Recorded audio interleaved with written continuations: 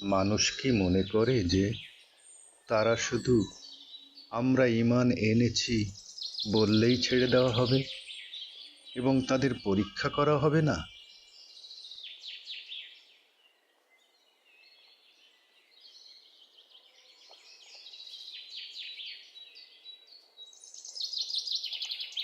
ঈমানের দাবির সত্যতা যাচাইয়ের জন্য পরীক্ষা অপরিহার্য।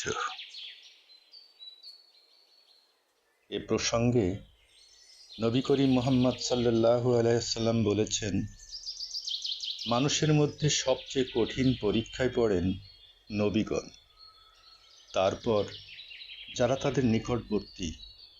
মানুষকে তার দিনের পরিমাণ অনুযায়ী পরীক্ষা করা হয়। যার ঈমান শক্ত তার পরীক্ষা তত বড়, কারণ আল্লাহ তাকে উন্নত মর্যাদা দিতে চান।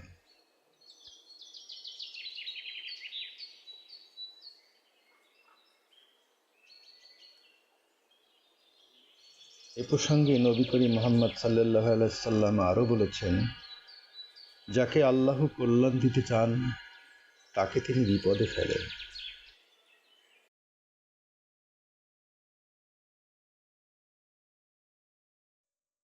বিপদ মানেই শাস্তি নয়, অনেক সময় তা আল্লাহর পক্ষ থেকেই রহমত ও উন্নতির মাধ্যম।